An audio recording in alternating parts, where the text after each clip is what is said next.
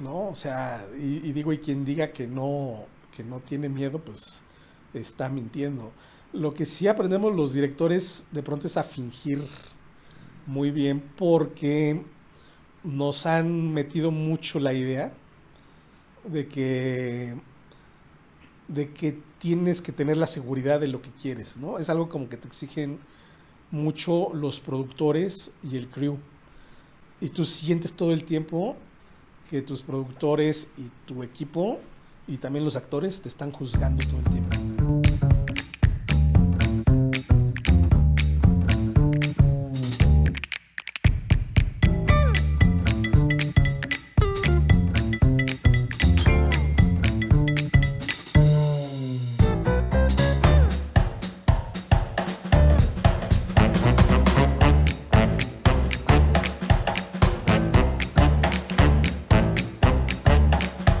Pues gracias a todos por estarnos viendo en esta nueva, pues ahora sí que transmisión, grabación.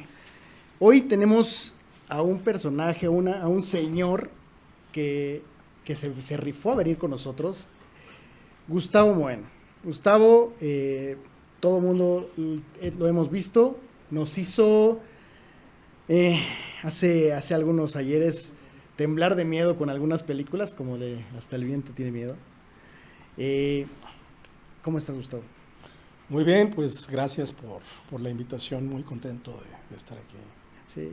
Oye, pues mira, presentarte, la verdad es que presentarte con todo lo que has sido nominados para los Arieles, películas, largometrajes, cortometrajes, pues es no acabar, porque realmente quiero felicitarte por la trayectoria que estás teniendo hoy en día, ¿no? Creo que muy pocos directores se pueden jactar de tener lo que tienes tú, ¿no? Y creo que para mí es un honor que estés aquí para platicar con nosotros y conocer al Gustavo Bueno, que a lo mejor no todo el mundo conoce. Conocemos los proyectos, pero no conocemos al director, ¿no? Hay una observación personal y una apreciación personal de tu trabajo, que no quiere decir que todo el mundo a lo mejor debe de compartir, pero yo veo tu trabajo desde que inicias hasta el último, que fue de Eddie Reynolds y Los Ángeles de Acero, una conexión con la música, ¿no? A veces siento que cuando veo tu trabajo, cuando hablas de la música, estás hablando, se vuelve muy personal. ¿Qué me puedes contar de la música? ¿Por qué te jala la música como tema dentro del cine? Bueno, hay que decir que el cine pues muchas veces se compara con el teatro o con la literatura, lo cual no es del todo erróneo, pero la realidad es que yo soy de los que piensan que el cine está más cerca de la música como obra artística, es decir, la construcción de una película tiene que ver mucho con lo que es también una composición musical. Y es algo de lo que te das cuenta sobre todo en la edición, ¿no? Cuando estás pues realmente creando ahí la película y dándole esto que llamamos ritmo. Entonces, creo que es muy importante que incluso desde el guión, pues un director y lo mismo, un guionista tengan como muy claro, ¿no? Que el cine de pronto se construye como se hace una composición musical. Entonces, a mí eso es algo que siempre me ha llamado mucho la atención, ¿no? Ver cómo son pues artes hermanos, ¿no? La música y el cine. Y pues obviamente en el cine, pues la música es una cosa importantísima, ¿no? O sea, es decir, el llamado cine mudo, el cine silente, realmente nunca lo fue. O sea, el cine mudo siempre fue acompañado por un señor que estaba allí en un piano. Sí, sí, sí. Acompañando las imágenes. Entonces, realmente la música y el sonido como tal, realmente siempre han estado pues muy asociadas al cine, ¿no? Y es vamos, sería pues absurdo, ¿no? pensar que la música no ha contribuido muchísimo en muchísimas películas, ¿no? En grandes obras cinematográficas. E incluso, y no hablando como de los grandes scores, ¿no? O sea, de Bernard Herrmann con Hitchcock, o lo que hizo en Taxi Driver con Scorsese, etcétera. O sea, hablando de incluso Ridley Scott dice, el mejor score es aquel del que no te acuerdas, ¿no? Pero que tú sabes que le ayudó a la película y estuviste metido en una película, y a lo mejor sí no recuerdas pues realmente ese score ni sales silbándolo, pero estuvo ahí y de alguna manera le ayudó a tu narrativa. Entonces, sí es un aspecto bien importante y en el que siempre pues pues que siempre lo he apreciado, ¿no? Claro. Y que me gusta trabajarlo bastante en mis trabajos, ¿no? Entonces, digo, hasta el tiene miedo, tiene un score que hizo Eduardo Gamboa, ¿no? Que es un destacadísimo compositor mexicano y que la verdad creo que pues sí es, o sea, le da mucha fuerza, ¿no? a la película. Yo quedé muy sorprendido cuando él me presentó ese score. Y y creo que hasta la fecha, no habla, digo, es una película, fue mi ópera prima y demás, y pues uno recuerda un poco las películas más que por el resultado, por la experiencia que tuvo con ellas, y la verdad que para mí fue una experiencia pues bastante dura hacer esa película. Entonces no tengo tan gratos recuerdos. ¿En serio? En realidad de la película como tal, pero algo que recuerdo mucho, ¿no? Y es justamente la música, ¿no? Sí. Y que fue todavía una época en la que valía la pena o se podía hacer el soundtrack de la película, ¿no? O sea, el soundtrack de Hasta el viento tiene miedo salió en compact disc y toda la cosa. Sí, lo vi. Y se vendía, digo, y a la fecha pues existe, ¿no? En Spotify y demás. Entonces, es algo que a mí me gustó mucho, ¿no? Todo ese proceso en ese momento de hacer ese soundtrack, de, por ejemplo, conseguir a Belanova, ¿no?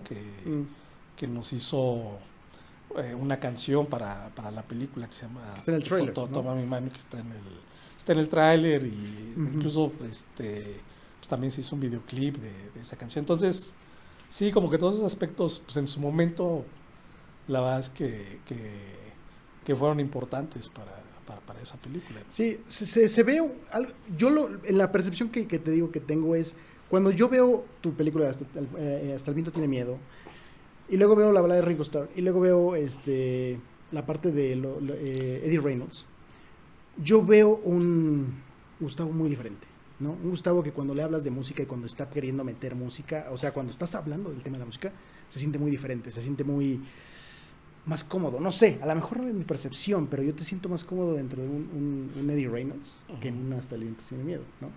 No sé si estoy equivocado, a lo mejor no sé. Pues, digo,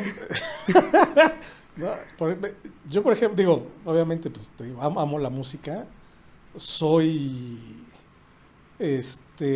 o sea, nunca hubiera podido hacer música, es decir, yo era de los niños que reprobaron flauta en la primaria, ¿no? O sea, ¿pero te consideras un músico frustrado? Pues, no, porque nunca le entendí, o sea, nunca aprendí.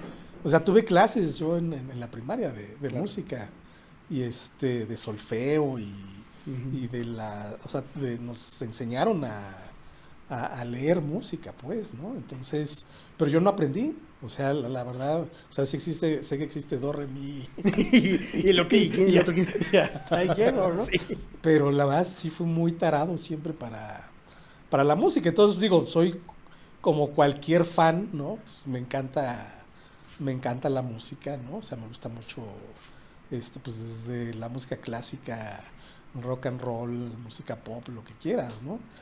Pero pues soy un diletante total en cuanto a música, ¿no? O sea, realmente, o sea, es decir, si hay una frustración en mí en el que me hubiera gustado, ¿no? Pero soy completamente inútil, ¿no? Para la música. O sea, alguna vez traté de tomar ahí clases de guitarra y nomás no pude, ¿no? O sea, soy totalmente imbécil para los neófito de la música, digamos. Sí. Entonces, sí. Muy, muy complicado, pero sí, o sea, definitivamente te digo, es algo que me atrae mucho, ¿no? O sea, siempre, es que yo fui muy, coleccionista de soundtracks, ¿no? Y me gustaba mucho comprar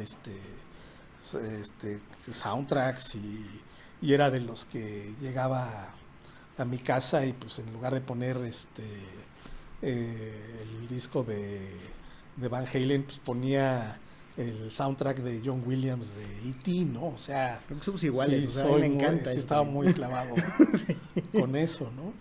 Y luego, bueno, pues sí, o sea, es decir, la balada de Ringo Starr, pues es un corto que hago con un muy querido amigo que se llama Andrés Tapia y que tiene que ver con, pues también somos muy bitlémanos, ¿no? Él y yo, entonces, pues era un homenaje, ¿no? Ahí, sí, a los Beatles y a Ringo Starr.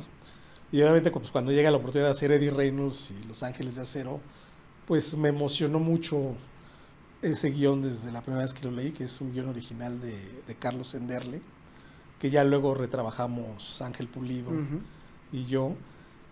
Pero me llamó mucho la atención porque tenía algo que ver con también esta época cuando yo fui periodista en El Sol de México, que me tocó entrevistar, yo en esa época tenía 17 años, no estudié periodismo ni nada, o sea, caí ahí de chiripa porque al editor de espectáculos del Sol de México, Mario Riaño, le gustaron unas críticas de cine que escribí y me empezó a publicar. Y después me ofreció, ¿no? que trabajara como reportero. Entonces me tocó una época muy padre porque era cuando habían regresado los conciertos a México después de mucho tiempo que habían estado prohibidos tras lo de Avándaro. Yeah. Entonces a finales de los 80 regresan los grandes conciertos al Palacio de los Rebotes y ahí empieza demás. Todo. Y pues eso, ¿no? O sea, tenía algo que ver con esa época de cuando yo reportaba, como todas esas bandas también mexicanas que surgieron con todo este rollo del rock en tu idioma y que pues se perdieron muchas, ¿no? En el tiempo desaparecieron y Eddie Reynolds y Los Ángeles de Acero era como la historia de una de esas bandas que habían tenido un One Hit Wonder y se perdieron. Claro, sí. Cheve en la fiesta. Cheve en la fiesta, ¿verdad? Sí. Y hay otro aspecto que a mí me interesó muchísimo de ti, que cuando lo leí dije, pues qué rifado porque no todo el mundo se avienta, que es, haces un remake de una película del 68 de Taboada, ¿no? Donde pues toda la gente, cuando haces eso la gente sí voltea a verte, o sea, porque no es como, ay, pues el viento es enemigo, pero en el 68 Taboada lo hizo y de pronto, ¿qué pasó ahí? ¿Por qué decides aventarte algo así? Porque te iba a poner en el foco, ¿no? Sí. ¿Cómo te sentiste? Pues mira, la verdad es que no, digo, yo nunca lo pensé así, digo, fue un accidente en realidad, porque tiene que ver más con una productora, con Estrella Medina, que era muy fan de Taboada. Yo también había visto, obviamente, de niño estas películas en la televisión, Hasta el viento tiene miedo, Más negro que la noche, Veneno para las hadas.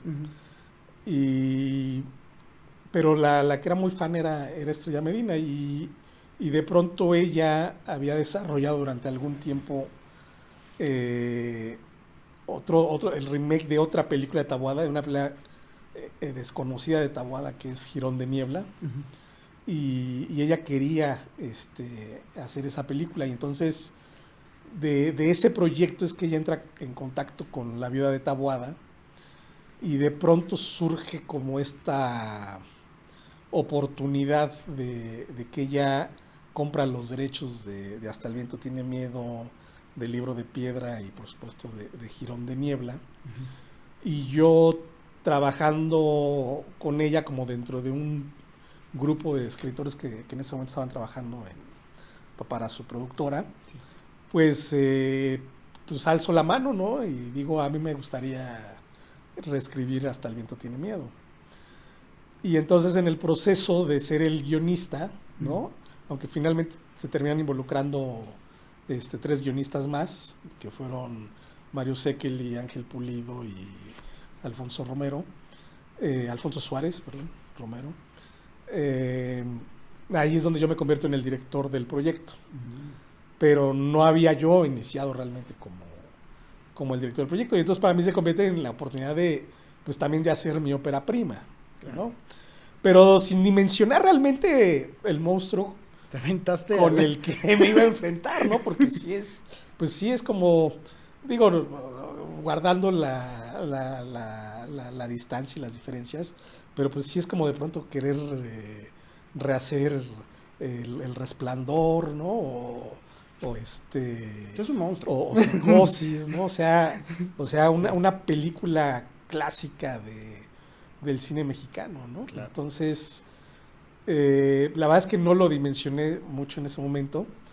Y luego, siguiendo un consejo de Guillermo del Toro, que decía Guillermo del Toro, cuando tú haces una adaptación, pues es como casarte, ¿no? Con una viuda.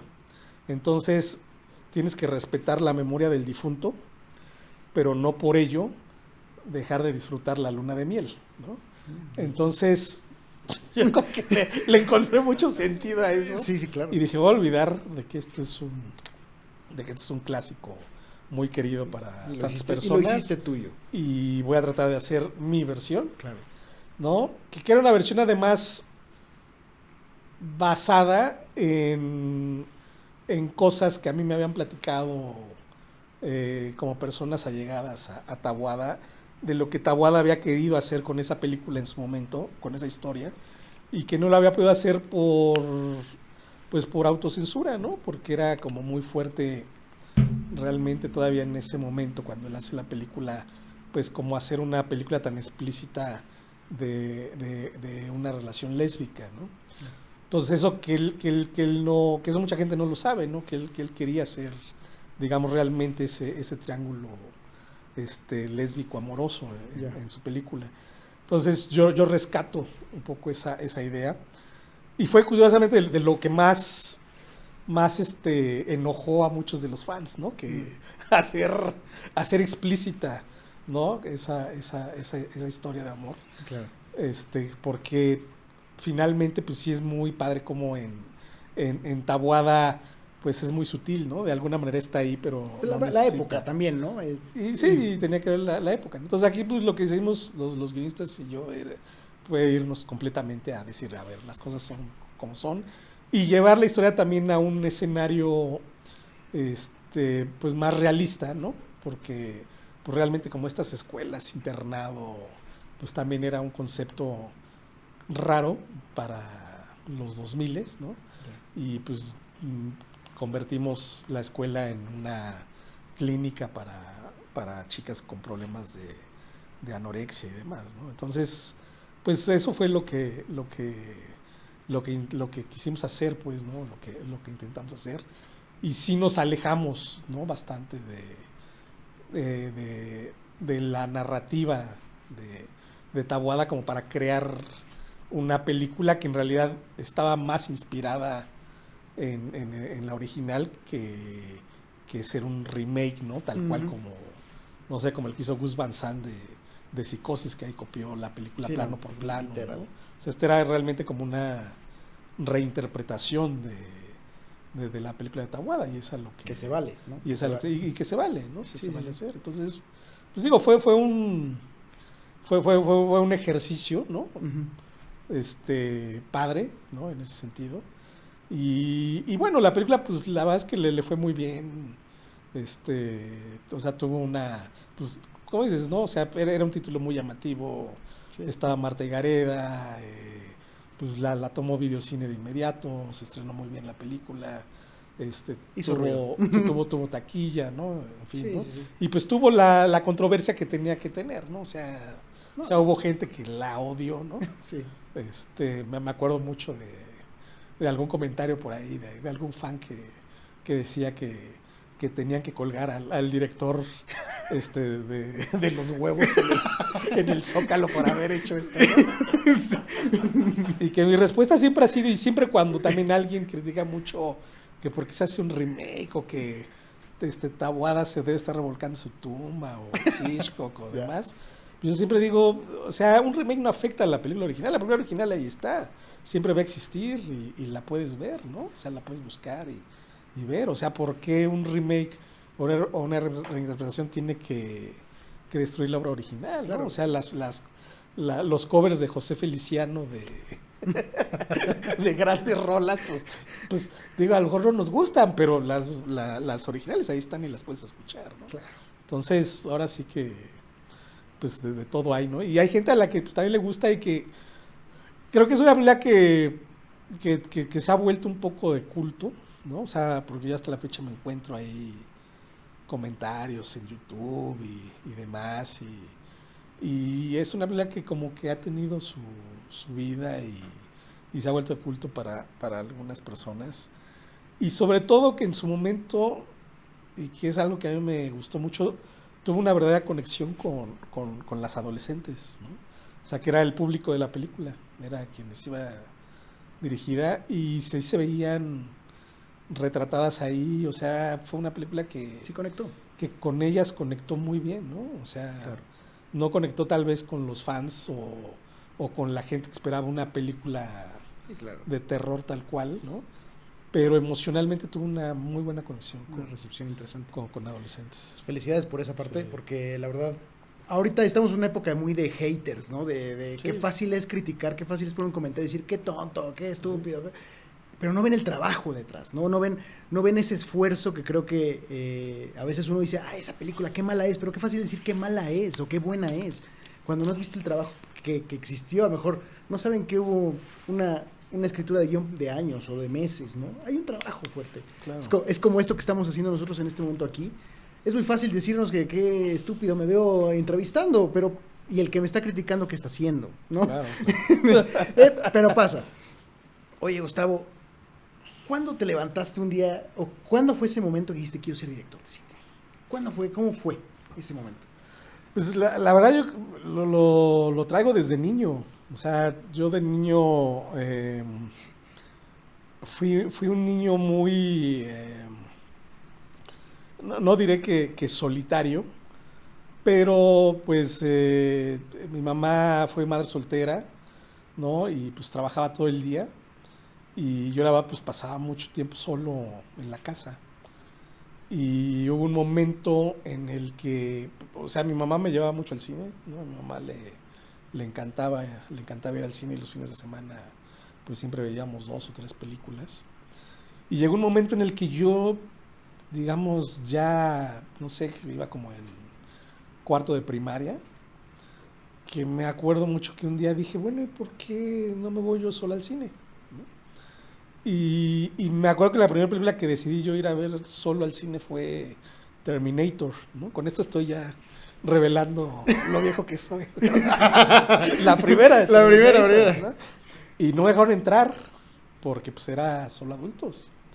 Y pero compré boleto para otra sala, que eran los Multicinemas Ramírez de Plaza Satélite. Y entonces compré para una de niños, ¿no? Y yo me colé a ver. Pero pagaste el a boleto. pagué el boleto, por supuesto. Y a partir de ahí, ¿no? Desde esa experiencia de ver Terminator, empecé a ir solo al cine ya, tiro por viaje, ¿no? O sea, cada vez que podía en la tarde, ya sin avisarle a mi mamá, ya sin nada, ya me iba solo al cine. Entonces me volví muy cinéfilo, digamos, ¿no? Desde muy pequeño, y siempre, pues, o sea, en ese entonces obviamente no sabía bien que era un director ni nada, pero pues el empezar a ver tantas películas y demás, pues te crea esto de empezar a comprar revistas y empezar a conocer, ¿no? Pues primero te interesas por los actores, las actrices y demás, y luego ya te vas interesando por los directores, ¿no? Y los fotógrafos. Y también pues luego, muy poco después, viene la Cineteca. Nosotros nos mudamos vivíamos en Satélite y nos mudamos a Coyoacán, ¿no? Que pues fue así, pues un cambio de punta a punta. Y yo en Coyoacán pues descubro la Cineteca Nacional, ¿no? Entonces, eso ya Tu estamos hablando de segunda casa. cuando iba en tercero de secundaria. Y dejé de ir a la escuela, o sea, mi mamá me dejaba ahí en la esquina de la escuela en Coyoacán, ¿no? Y ya se iba ella a trabajar. Yo hacía como que iba caminando hacia la escuela y me seguía hacia la Cineteca, que pues estaba muy cerca bueno, sigue estando muy cerca del centro de Coyoacán. Y pues eran estos programas dobles maravillosos que empezaban a las 10 de la mañana, que eran siempre temáticos, ¿no? O sea, de ciclos de directores o ciclos hablando de la música en el cine, por ejemplo, Sí. que me aventé ahí, o sea, te ponían un programa doble, digamos, de Cantando bajo la lluvia con 7 novias para 7 hermanos, ¿no? Entonces una película a las 10 y la otra a las 12 y esa era mi escuela, o sea, de verdad, a mí estuvieron a punto de correrme de la escuela de tantas faltas que tuve, ¿no? Y me acuerdo mucho, por ejemplo, del prefecto de esa secundaria, el prefecto Sabino, luego que se llamaba porque pues una vez citó a mi mamá, ¿no? Y todo, oiga, es que su hijo que dice que se va al cine, y, pues qué va a hacer de él, ¿no? Nada más viendo películas y ya no viene a la escuela y demás. Y me acuerdo que muchos años después me crucé al prefecto Sabino. ¿Qué cree? ¿Qué cree? En la calle, ¿no? Ajá, y fue, sí, me acuerdo de ti, ¿cómo es? ¿Y qué fue de ti, no? Que te la pasabas en el cine y no ibas a la escuela. Yo, pues fíjese que ahora hago películas, ¿no? Caray. Entonces estuvo tan mal que anduvieras de vago, ¿no? Entonces, eso fue. Entonces, pues desde ahí, te digo, siempre traje el gusanito, incluso entré al periodismo pensando, yo quería entrar al Centro de Capacitación Cinematográfica, que pues es complicado entrar a esa escuela porque pues admiten 21 alumnos de 300, 400 solicitudes anuales. Y yo pensé que me iba a ayudar el tener un currículum como crítico de cine, entonces por eso es que empecé a escribir crítica de cine y me acerqué al editor del Sol de México y demás. Y luego empecé a publicar también en el Nacional y en el Heraldo de México, periódicos ya desaparecidos. Y pensé que eso me iba a ayudar a entrar al CCC. Y curiosamente cuando hice mi primer examen al CCC me mandaron a volar justo por eso, por ser crítico de cine, ¿no? Me dijeron que era yo un mamón, que como a los 21 años ya me creía crítico de cine. Sí. Y me mandaron a volar y hasta el siguiente año es que ya te aceptaron. Que ya llegaste diciendo, ya no me gusta. Ya no soy crítico, ¿no? Sí. Yo sí seguía haciendo, pero sí. Qué interesante. Esa es. ¿Cómo has cambiado desde esa vez que sales ya del CCC y haces tu primero a hoy? ¿Cómo ves ahora el cine? ¿Cómo ves ahora tu misma carrera? ¿Cómo has visto esa evolución? Bueno, en cuanto a carrera, pues es un trabajo en progreso todavía, ¿no? O sea, no soy... Digo, yo siempre le he apostado a no ser un autor, ¿no? En el sentido de que todas mis películas tengan como una sola temática o una voz muy clara o un estilo muy claro. Porque a mí yo admiro mucho a los directores eclécticos, ¿no? Me gusta mucho esta generación de cineastas norteamericanos que surgen en los 50 trabajando en la televisión, o sea, Sidney Lumet, Robert Mulligan, John Frankenheimer, que son directores que empezaron trabajando en la televisión haciendo, obviamente no fueron a escuelas de cine, ¿no? O sea, todo lo que aprendieron fue haciendo televisión en vivo, ¿no? Que hacían obras de teatro a veces complejísimas, ¿no? Se hacían a Chekhov, a Ibsen en vivo, ¿no? Para la tele en los 50s.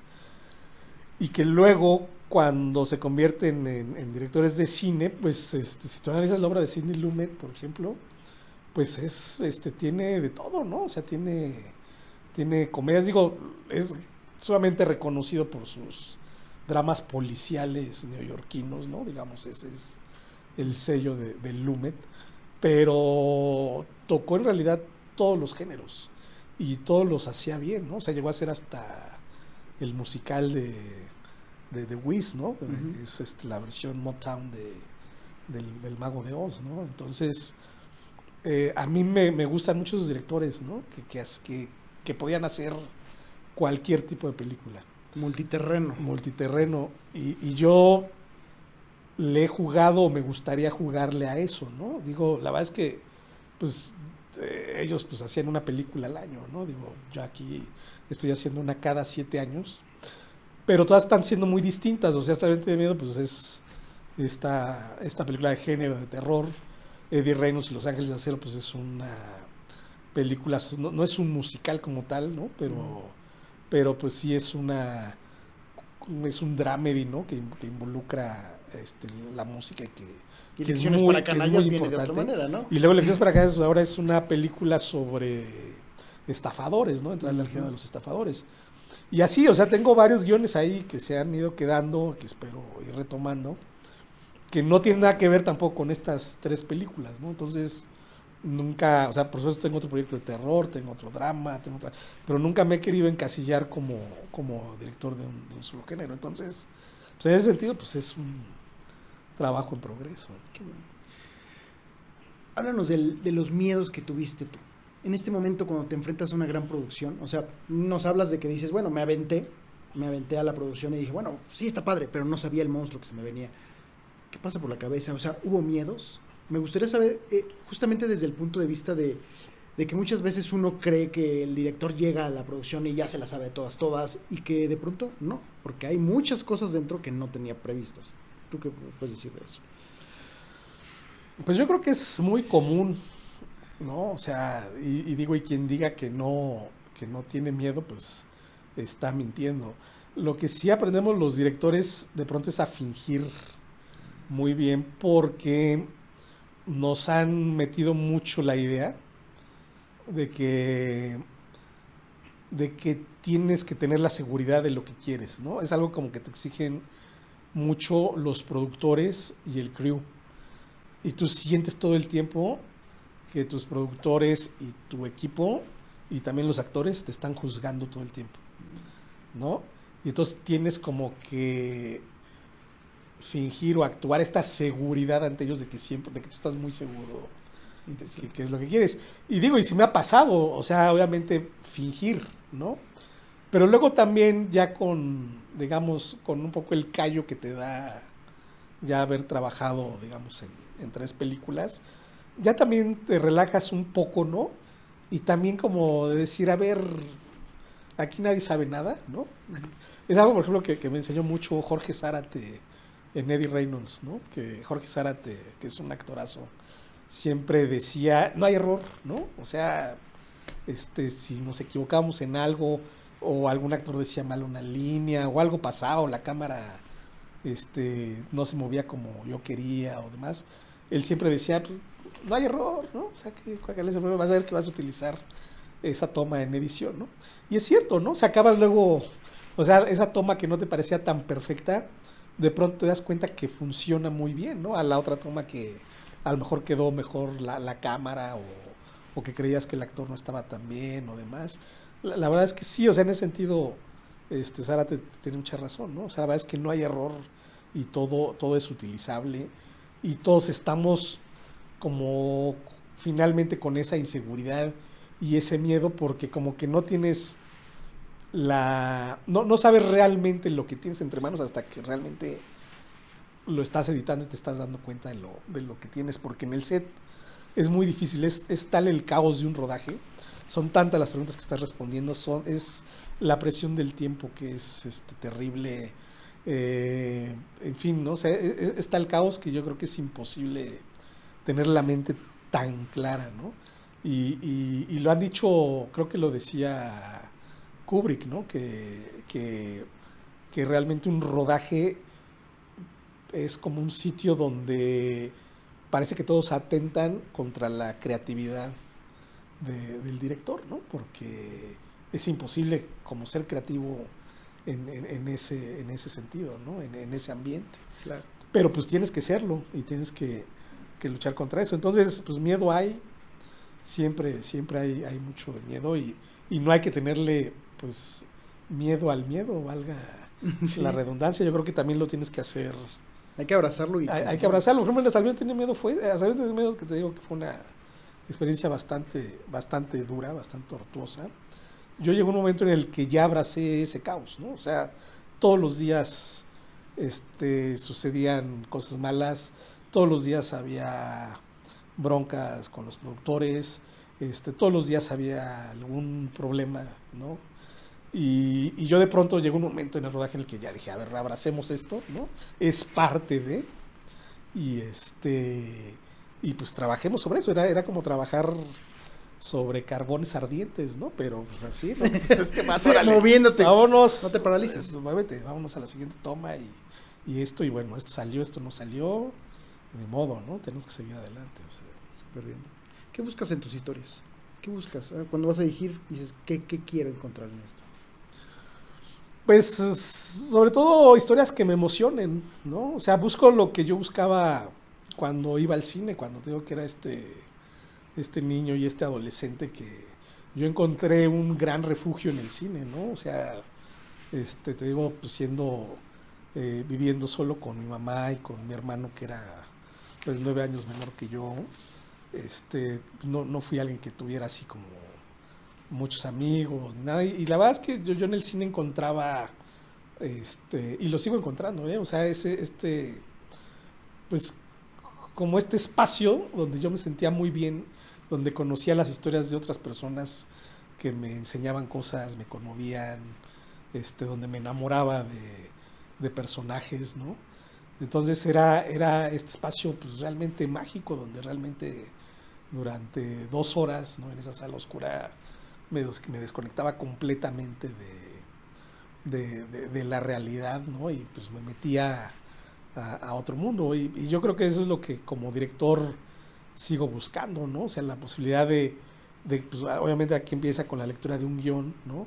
O con una historia que a mí se me ocurrió, pero de tratar de darle esa experiencia al espectador. Y donde digo también que por eso el cine tiene que ver mucho con la música, ¿no? Porque es una cosa como sensorial, o sea, una película te tiene que dar una experiencia, te tiene que llevar, aunque suceda la película en esta ciudad que todos conocemos y demás, que la veas de otra manera, ¿no? O sea, que redescubras cosas de a lo mejor de esos espacios que tú ya conoces, ¿no?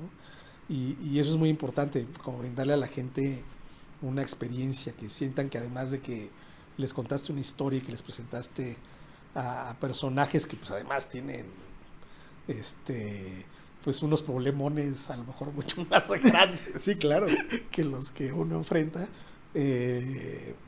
pues pues sientas, ¿no? Que realmente fuiste parte de ellos y fuiste parte de su experiencia. Interesante.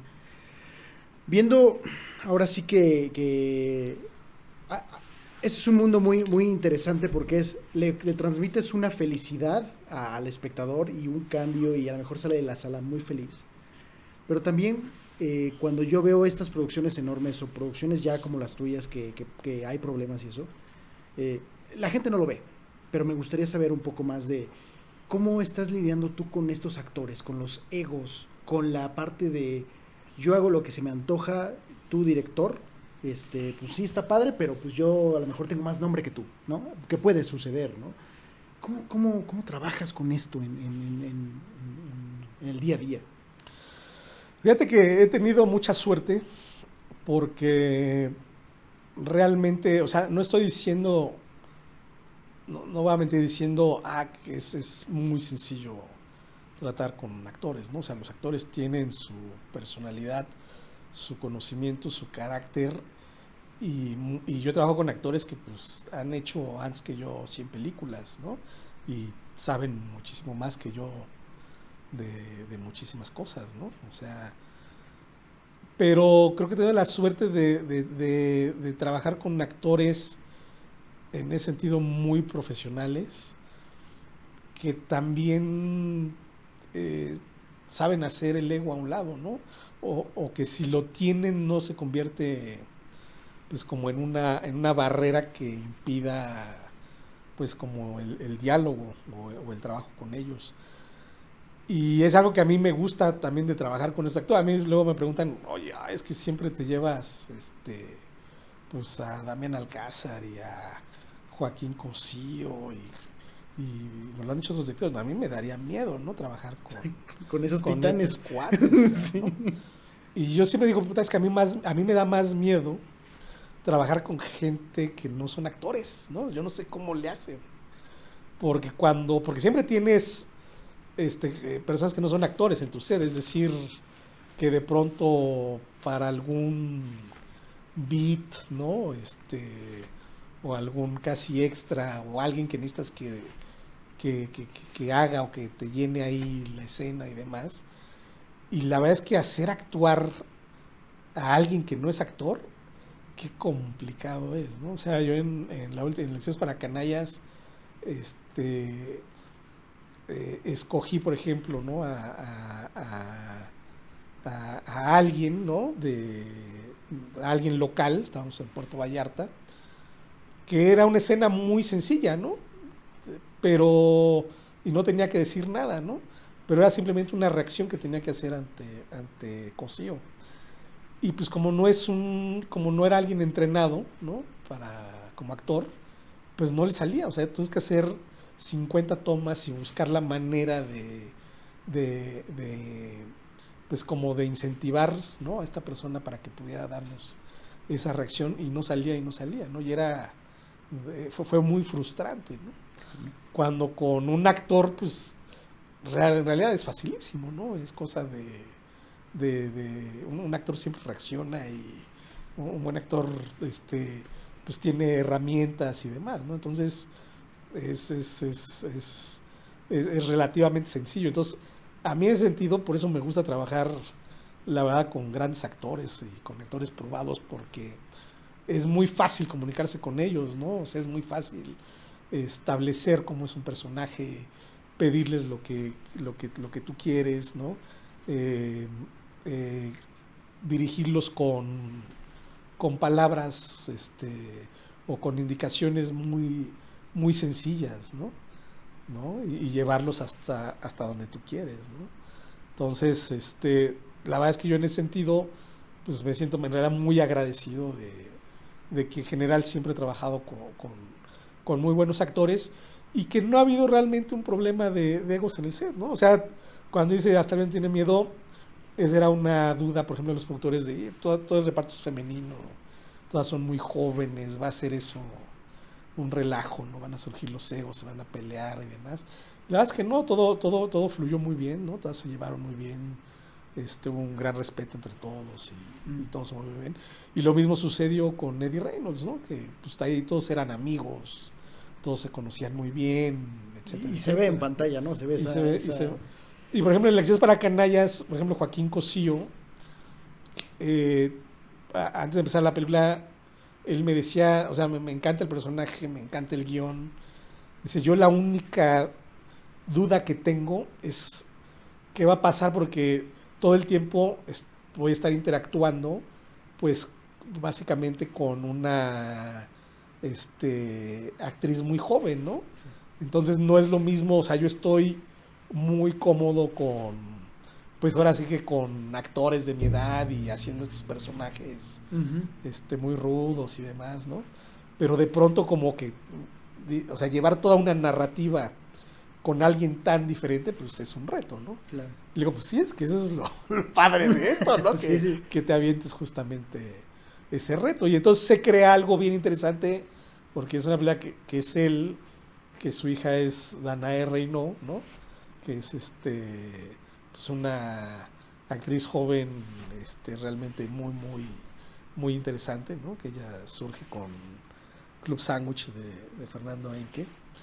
Y la verdad es que justamente ese contraste entre ellos dos, pues es lo que le da mucha vida, o quiero pensar que todavía no se ha visto, ¿no? Pero que le da mucha vida a la película. Oye, ¿hasta dónde? Yo he leído y escuchado de directores que en la dirección de actores son muy rígidos, ¿no? O sea, es o haces o vas a marca, y ¿cómo eres tú? O sea, tú eres una persona que puede dejar libertad ahí. ¿Qué recomiendas tú? A lo mejor dices, me gusta que el actor fluya y que yo me quedo hasta cierto punto, o tengo una dirección de actores muy rígida. ¿Cómo es tú? No, yo creo que lo más importante es ponerse de acuerdo antes, ¿no? O sea, es muy importante. Yo siempre, si no hay, a veces no hay tiempo de ensayar, también me gusta sí tener por lo menos unas cuantas sesiones de ensayo antes de rodar. Pero lo que sí es muy importante es que por lo menos te puedas sentar con cada uno de los actores y discutir el personaje y llegar como a un consenso, porque también el actor después de la lectura del guión pues se empieza a hacer una construcción del personaje que te propone, y a veces se empiezan a ir pues por otro camino, ¿no? Que tú no quieres, ¿no? O que tú no has pensado de esa manera. Entonces tienes que llegar como a un consenso, ¿no? De qué es lo que te está aportando el actor, pero qué es también lo que tú quieres, y tenerlo muy platicado para que no haya fricciones en el set. Y ya en el set ya nada más es realmente matizar, ¿no? O sea, guiar al actor para que no se vaya por un camino distinto al que ya en el que ya estaban de acuerdo, ¿no? Entonces creo que eso es lo importante. No es tanto, o sea, creo que sí o sea, puede parecer que hay directores, o sea, hay una gran incluso leyendas y demás, ¿no? Como de sí. de directores autoritarios. Por eso te lo pregunto, ¿no? Para lo mejor dices, bueno, a lo mejor Gustavo es así súper, un ogro en el set, ¿no? Sí. No, y yo siempre trato de, además, o sea, creo que es bien importante, digo, para eso agarras a un actor, para hacerlo partícipe, ¿no? O sea, también son creadores, es como tu fotógrafo, ¿no? Que si el fotógrafo llega y te da nuevas ideas, pues te expande tu mente, ¿no? Se hace más interesante la película. Entonces también un actor en ese sentido es otro colaborador que tienes que escucharlo, y si te está aportando algo que tú no habías visto, pues tomarlo, ¿no? Claro. O sea, serías muy tonto en no tomarlo. Entonces yo en ese sentido sí dejo mucho espacio para que los actores aporten, y me gusta improvisar. No a todos los actores les gusta improvisar, hay que decirlo, pero hay algunos que les encanta, o sea, Damián, Zárate, Álvaro Guerrero, Arturo Ríos tienen un callo del mundo y les encanta improvisar, y con ellos era padrísimo improvisar. O sea, hay una escena en Eddie Reynolds cuando van en el auto en busca de Santos en la carretera, sí, ¿no? Que se avientan ahí una retahíla de chistes, ¿no?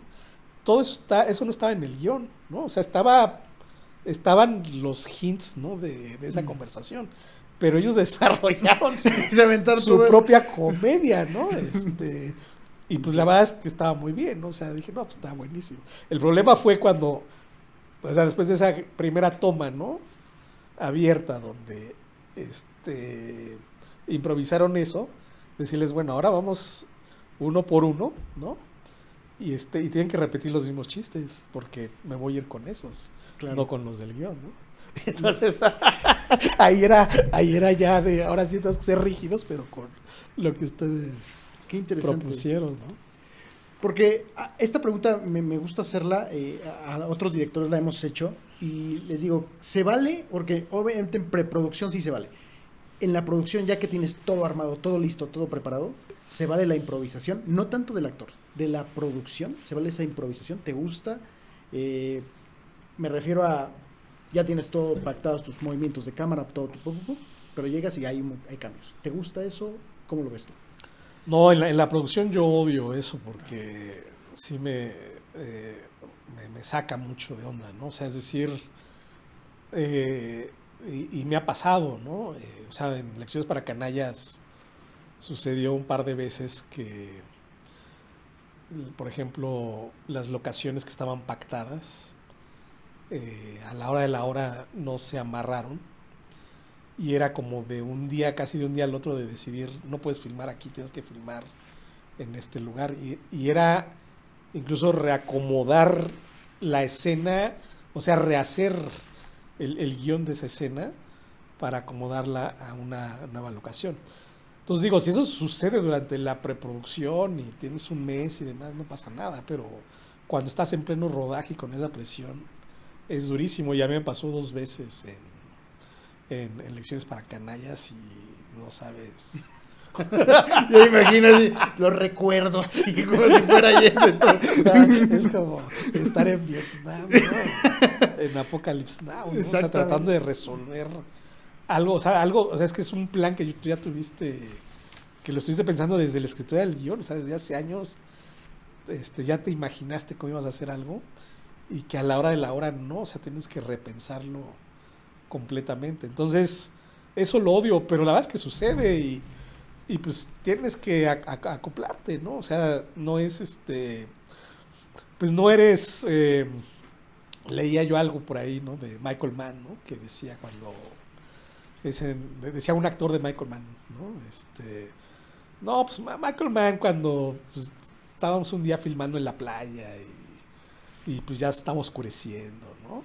Y no acabamos de hacer la escena y Michael Mann dijo, pues no hay problema, ¿no? Pues mañana sale otra vez el sol, ¿no? Pues sí, pues hay millones de dólares invertidos ahí, ¿no? Sí, claro. En una película de las nuestras, no, es oiga, ¿no? Porque mañana esta locación Se acaba. o sea, que ya no hay dinero para seguir aquí, entonces no es de que el sol sale mañana, ¿no? O sea, Claro. lo resuelves ahorita porque lo resuelves y sí te enfrentas mucho a ese tipo de cosas y pues a veces es frustrante, pero pues también son las realidades de nuestra industria, también del dinero con el que contamos aquí para hacer películas y demás, entonces tienes también que adaptarte un poco a eso, ¿no? Claro. Y hablando un poco ya, tomando una recta final de esta entrevista, que te agradecemos mucho, los retos de hacer cine en México, justamente hablando de esto, de que no hay un presupuesto, de que no hay un apoyo, yo creo que aquí es empezamos a ver a la gente con números y dejamos de ver el talento, ¿no? O las ganas. ¿Y cómo ves tú México que está, el cineasta mexicano, cómo lo ves para el futuro? Pues mira, evidentemente es una etapa, siempre ha sido complicado hacer cine. Estamos en un momento también que yo creo que va a ser un parteaguas, ¿no? Porque no sabemos bien a bien como mundo entero, ¿no? Hacia dónde vamos, hacia dónde va realmente como el consumo de las películas. Pero vamos, finalmente, más allá de dónde hayas nacido, de cuál sea tu condición social, etcétera, etcétera, yo creo que lo más importante es como la vocación y la necedad, ¿no? Es decir, si uno quiere hacer cine o lo que sea que quieras hacer en la vida, pues esa es tu vocación y vas a encontrar la manera de hacerlo. Y volviendo a Guillermo del Toro, me acuerdo mucho también en una que a mí me pegó mucho en un auditorio en el Teatro Metropolitan en los 90s, ¿no? Alguna vez en un evento de cine. Él dijo, ¿no? Ahí en el escenario, a ver, ¿no? ¿Cuántas personas hay aquí? No, pues a ver, 2000, ¿no? Bueno, de estas 2000, ¿quién quiere hacer cine, no? Y todos alzaron la mano, ¿no? O todos alzamos la mano. Y él dijo, bueno, pues de todos los que la alzaron, nada más 2.5 van a llegar a ser directores de cine. O sea, 2 cabrones necios que andan por ahí y el medio es un pinche enano que está ahí sí. en la tercera fila. Y es cierto, ¿no? O sea, pues sí, a lo mejor mucha gente piensa, sueña y demás, pero sí es también a veces como un acto de supervivencia, ¿no? Y de que a veces llega pues realmente el que más aguanta, el que es más necio, el que más vocación tiene, ¿no? El que realmente, si no hace esto, se muere, Wow. ¿no? Creo que ese es el que llega porque sí es realmente complicado, ¿no? Es muy difícil. Pues primero, no sé, ¿no? O sea, desde, como te digo, entrar a una escuela de cine, que nada más admiten a 20 o 25 personas al año, desde que pues estás obviamente en un país donde pues no hay una industria realmente como tal, donde los apoyos son escasos y también siempre lo estamos peleando con los políticos por ese tipo de apoyos, ¿no? Claro. Entonces es complicado, ¿no? O sea, finalmente yo creo que al final del día pues llega el que tiene que llegar, pues, ¿no? O sea, o sea, no tiene que ver ni siquiera con el talento, ¿no? Hay gente muy talentosa, o yo he conocido gente muy talentosa que sé que quisieron hacer películas y no las han hecho, ¿no? Entonces, sí tiene que ver mucho ¿Ves con como esa requisito la necesidad. escuela del cine? No, ¿No? para nada. ¿No? No, yo incluso, a mí me corrieron de la escuela, ¿no? O sea, digo, me costó mucho trabajo entrar y luego ¿Te corrieron después? para que me corrieran Ok. 3 años después, ¿no? Y curiosamente, digo, no soy el único, hay como otros 2 casos de cineastas corridos, pues, o sea, de gente que corrieron del CC que luego se volvieron directores de cine, ¿no? Por no hablar de Sí. los casos famosos en el CUEC de Cuarón y Lubezki, ¿no? Que también los echaron del CUEC. Entonces, creo que el que te corran de la escuela te da Hasta plus. más necesidad de, ahora van a ver que sí voy a hacer películas, ¿no? Es un poco curioso. Pero sí, no creo, o sea, la escuela es un buen lugar para juntarte con otros locos que piensan un poco como tú y que quieren hacer cine y hacer equipo y demás, ¿no? Pero no tiene que ser un requisito, ¿no? Definitivamente. O sea, ahí nos lo demuestra la historia del cine, ¿no? Claro. Interesante. Oye, en esta pandemia, ¿cómo ves la modificación del cine? O sea, tú me hablaste sobre la parte de, bueno, me encantaba ir a la cineteca, y nos gustaba mucho ir al Cinépolis o a alguna sala de cine. Y el día de hoy, de pronto, todo se convierte en una pantalla en tu casa. ¿Cómo ves la evolución a esto? ¿Cómo te sientes con esto? Pues yo soy de mi generación, entonces lo veo como algo muy triste, porque yo sí soy de los que les gusta ir al cine, ¿no? Y además todavía me tocó, siendo niño, la experiencia no solamente de ir, o sea, yo te puedo decir que incluso veo tristes los cines actuales o algunos cines actuales, porque a mí también me tocaron ver o asistir a algunos verdaderos palacios, ¿no? O sea, estos cines enormes de 1,000, 2,000 butacas, que la sola experiencia de ir a esas salas ya era mágico. O sea, ya la película era todavía pues el plus, pero ya el hecho de ir a esos lugares, o sea, cuando te metes al Roble, al Internacional, al cine latino, o sea, son cines que ya no existen, ¿no? Que probablemente pues ya pues muchos adultos actuales, ¿no? No sé, pues tú que pues, obviamente eres mucho más joven que yo, no conocieron esos cines. Yo todavía tuve la fortuna de conocerlos de niño y de adolescente, y era padrísimo ir a esos cines.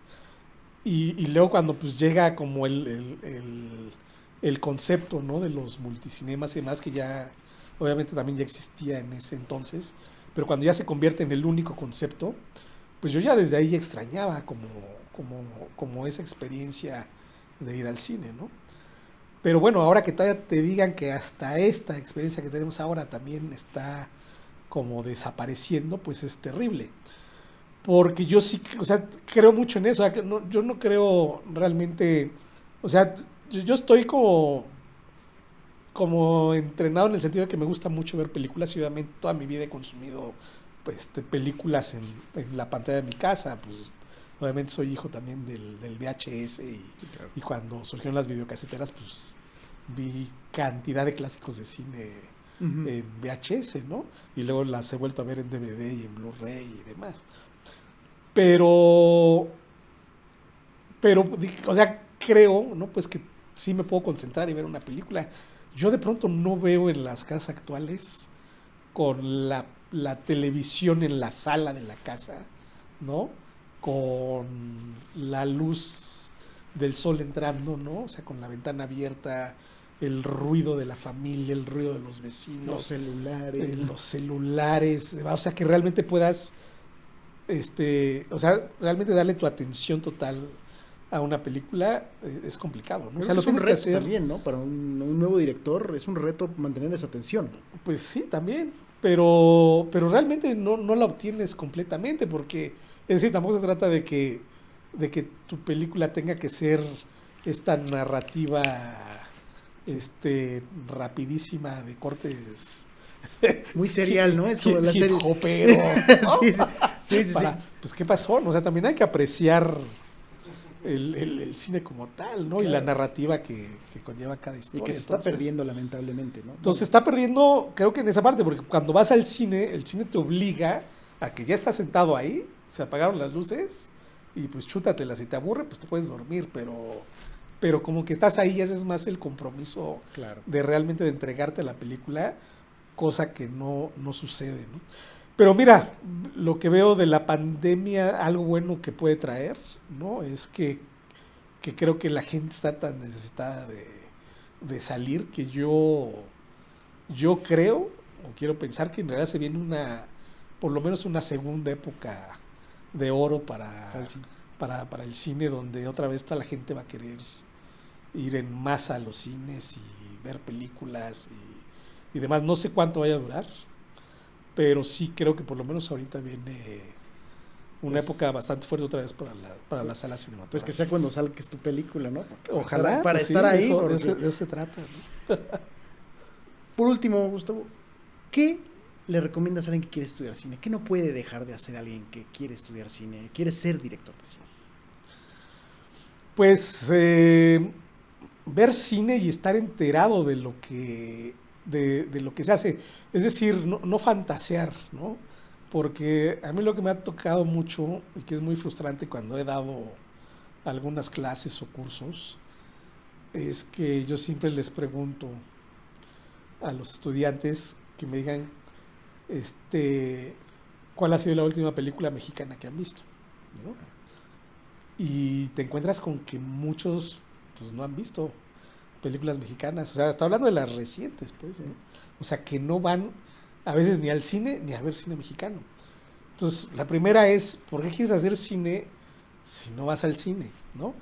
¿No? O si no estás interesado, o sea, es decir, a mí me hace un poco absurdo que alguien quiera hacer cine sin haber visto El Padrino, por soltar así una película Que clásica, hay que ver. accesible, que está en Netflix, ¿no? Sí, O sea, sí, no sí, sí. algo oscurísimo, ¿no? O sea, si no has visto a Tarkovsky o no conoces la nueva ola francesa, bien. Pero que no sepas quién es Francis Ford Coppola y quieres hacer cine, me parece, entonces, ¿cómo empieza tu interés por el cine, no? O sea, realmente, ok, tú puedes decir que empezó por David Fincher o por un cineasta más contemporáneo, pero eso te tendría que llevar a conocer a directores que estuvieron detrás de él, ¿no? Claro. Entonces, eso me parece de entrada muy frustrante. Y la otra es que no vea el cine mexicano, porque dices, a ver, vives en Toluca, ¿no? O sea, ¿qué te hace pensar? Estoy de acuerdo que David Fincher sea tu héroe, ¿no? O James Cameron. Wan. O James Wan. O los hermanos rusos, ¿no? Sí. Pero ¿qué te hace pensar realmente? O sea, no digo que no puedas llegar. O sea, a Guillermo del Toro le dijeron, tú eres un pinche gordo jalisquillo que jamás en la vida va a llegar a hacer no cine mexicano, pues menos cine de monstruos, que es lo que quieres, cabrón. Sí. ¿No? Y pues ahí está, ¿no? El cabrón sí Y está ahora se la haciendo pelan todos. el gran cine en Hollywood, ¿no? Y lo mismo Iñárritu y Cuarón y quien quieras, ¿no? Entonces no es de que no por insisto, tu condición social o donde naciste o demás, no puedas llegar lejísimos. Claro que puedes llegar. Claro. Pero hasta Del Toro, Cuarón e Iñárritu empezaron haciendo una película mexicana y trabajando en el cine mexicano. O sea, Cuarón trabajó 15 años en la industria del cine mexicano, ¿no? Y en películas de ficheras y demás, ¿no? Antes de hacer Solo con tu pareja. Iñárritu musicalizaba las películas del Caballo Rojas en los 80s, ¿no? O sea, todos tenemos un principio y si estás en México, vas a empezar por México, ¿no? O sea, a menos que pues tengas un papá rico que te pague tu primer superproducción de $100 millones, ni Slim te la pagaría. Claro. Entonces, es bien importante conocer la industria, conocer qué es lo que están, o sea, conocer a la gente que hace el cine mexicano, conocer cómo es la industria del cine mexicano, porque es finalmente en la que muy probablemente vas a terminar trabajando. Entonces, ese es a donde vas a entrar, tienes que conocer esa industria y ese lugar de trabajo. Entonces, eso es lo que les recomiendo, pues, que vean cine, que vean mucho cine mexicano, que se enteren de cómo es la industria del cine en México, cuáles son los apoyos que existen, cuál es la manera que hay de hacer cine en México, porque es a lo que se van a enfrentar, ¿no? Y ahí también se pueden dar cuenta de, esto no es lo mío, ¿no? Claro. O sea, yo enfrentarme a este monstruo, ¿para qué, no? Mejor Si aquí no puedes, imagínate una producción hollywoodense así del tamaño del mundo. Sí. Claro. Entonces eso, tener los pies en la tierra, ¿no? Claro. 3 películas que me recomiendes. Hay que ver. De todas las épocas. Sí, la que todo, quieras, aquí que a Gustavo le guste y que diga que tienen que ver esto. Complicado. Pero bueno, mira, pues hablando de estos directores que tengo que me gustan mucho, tienen que ver Seconds de John Frankenheimer, que a todos los que les encanta Get Out de Jordan Peele, pues esa película está muy inspirada en Seconds de John Frankenheimer, una película protagonizada por Rock Hudson. Otra película que me encanta, que siempre recomiendo, es Tarde de Perros de Sidney Lumet. En general, cualquier película de Sidney Lumet, pero Tarde de Perros es... o sea, si quieren ver a un par de actores en estado de gracia, ¿no? O sea, porque Al Pacino pues siempre lo recordamos como Michael Corleone, ¿no? Pero el papel que se avienta en Tarde de Perros, que es un cuate que llega a asaltar un banco, pero no es un asaltabancos, es un improvisado que quiere pagarle el cambio de sexo a su amante. Es un papelazo, ¿no? Eso yo creo que es los mejores papeles de Al Pacino, y además actuando con otro gran actor que fue John Casal, que es este actor que la hace de Fredo en El Padrino, del hermano de Michael Corleone, al que Michael Corleone asesina, ¿no? O manda a asesinar. Y que ese cuate hizo nada más 3 películas, ¿no? Que fueron, bueno, 4, ¿no? O sea, El Padrino 2, Tarde de Perros y El Francotirador, ¿no? Y que esa sería la otra, el Francotirador, ¿no? Es otro, también una película impresionante, o sea, hablando es otra como visión de los veteranos de Vietnam, que se aleja de Apocalypse Now o de Platoon, o como de las películas más clásicas del género de Full Metal Jacket, ¿no? O sea, es una visión como muy, muy humana, ¿no? También de un director que hizo pocas películas, que fue muy interesante, que fue Michael Cimino, ¿no? Que también tuvo una carrera, pues una carrera destacada que valió gorro, porque hizo una película que se llama Heaven's Gate, que la hace después del Francotirador, que es uno de los grandes fracasos de taquilla en la historia del cine, y después de eso pues fue muy difícil que él pudiera seguir levantando proyectos. Hizo otras películas, pero ya nunca con el impacto que tenía su carrera en los 70. Y El Francotirador pues es así como una joya, ¿no? de Cimino. Entonces esas 3. Súper bien.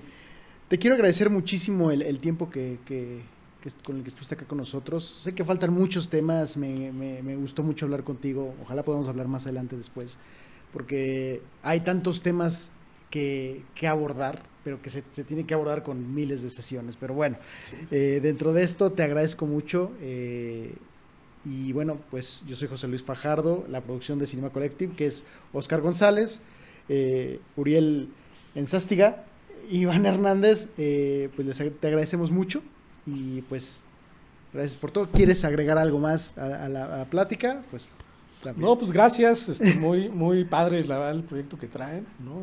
Muy interesante la entrevista, muy a fondo. Y pues sí, como dices, los temas son inagotables, ¿no? Sí, sí. Hay mucho ahí para hablar y bueno, qué padre, ¿no? Poder seguir hablando de cine. Y yo creo que el cine está muy vivo y pues vale la pena seguir luchando por él.